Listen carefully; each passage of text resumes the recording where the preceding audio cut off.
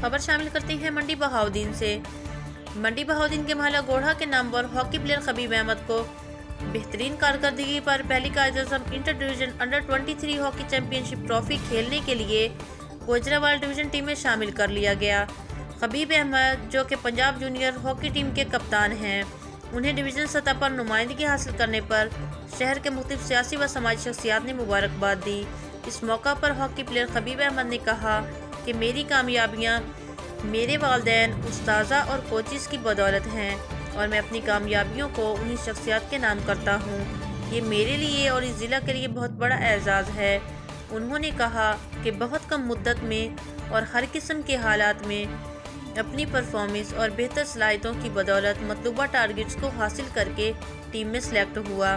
انہوں نے اس امید کا اظہار کیا کہ وہ ٹیم اپنی شاندار پرفارمنس سے منڈی بہاؤدین کا نام پوری دنیا میں روشن کریں گے۔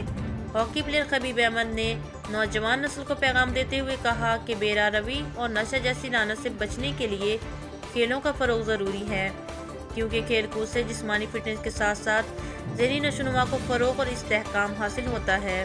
انہوں نے کہا کہ نوجوان نسل پاکستان کا مستقبل ہے اور اپنے مستقبل کو درخشیدہ بنانے کے لیے زیادہ سے زیادہ کھیلوں کے میدان آباد کرنا ہوں گے۔